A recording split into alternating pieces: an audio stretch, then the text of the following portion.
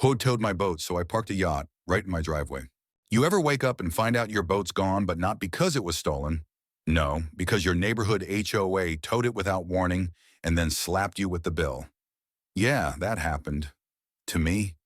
And they picked the wrong damn house. Name's Darnell, 41, former Navy mechanic, now living the quiet life doing HVAC installs around the lake. I bought this place 6 years ago because it had the driveway space I needed, double-wide concrete, easy street access, no overhanging trees, perfect for a guy who loves the water and owns a 20-foot bayliner I worked on with my dad. That boat wasn't just a toy, it was history memories of fishing trips, my son's first catch, 4th of July cookouts on deck. You get it. Apparently, Karen didn't. See, Karen's the self-appointed vice president of our HOA because of course she is. Blonde bob, pastel vests, and an attitude like she's cosplaying a court judge. She never liked my boat, said it ruined the aesthetic. Mind you, this is the same woman who installed fake window shutters that melted in the sun and tried to charge everyone else to replace them. But whatever. I always parked the boat in my driveway. Never blocked the sidewalk.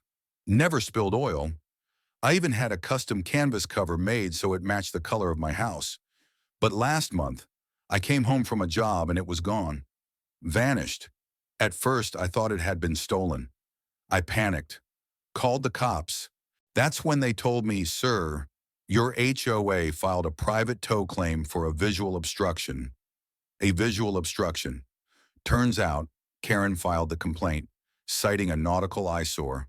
No letter, no warning, just gone. The impound lot wanted $675 in tow and storage fees. When I called the HOA board, they said it was within their rights due to a newly added line in the bylaws. Added last week. By Karen. You know what I did? I paid the fine, drove home, took a deep breath, and called in a favor. See, I got a buddy named Luis who runs a transport company, moves everything from industrial chillers to yachts for rich folks.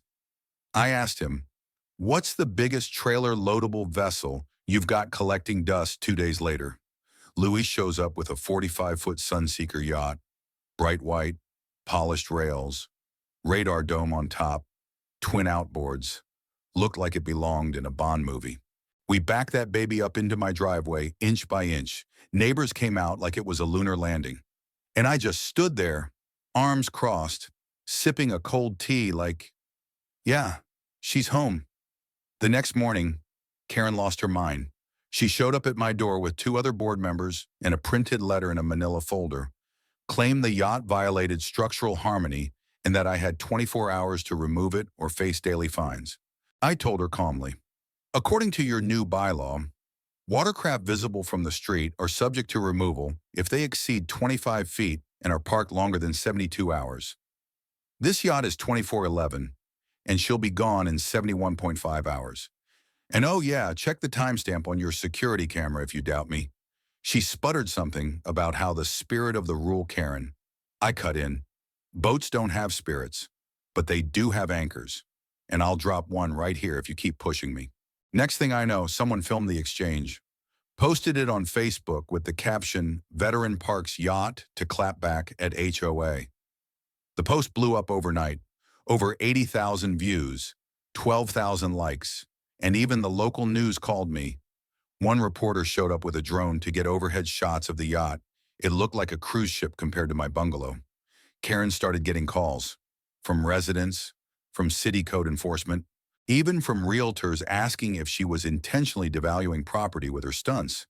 She tried to defend herself in the HOA group chat, but screenshots leaked and made her look worse. She called the yacht tacky revenge. I replied, "Call it what you want. I call it Tuesday." By the 3rd day, I had a whole crowd out front taking selfies with the boat.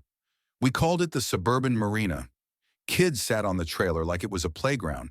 And that night, we projected Finding Nemo on the side of it for the neighborhood.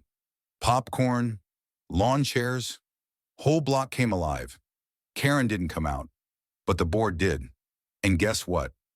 They suspended her from enforcement duties, pending review. A few even asked if I'd ever consider running again, turns out. I used to be HOA president myself years ago in another town. Funny how the world circles back when you don't stoop to petty but outclass it. The yacht gone by hour 71. The message still floating through the neighborhood like a sea breeze. So let me ask you, was I being petty or was this just precision karma, and should HOAs be able to tow personal property without warning? Drop your anchor of opinion in the comments. Let's navigate this one together. The end.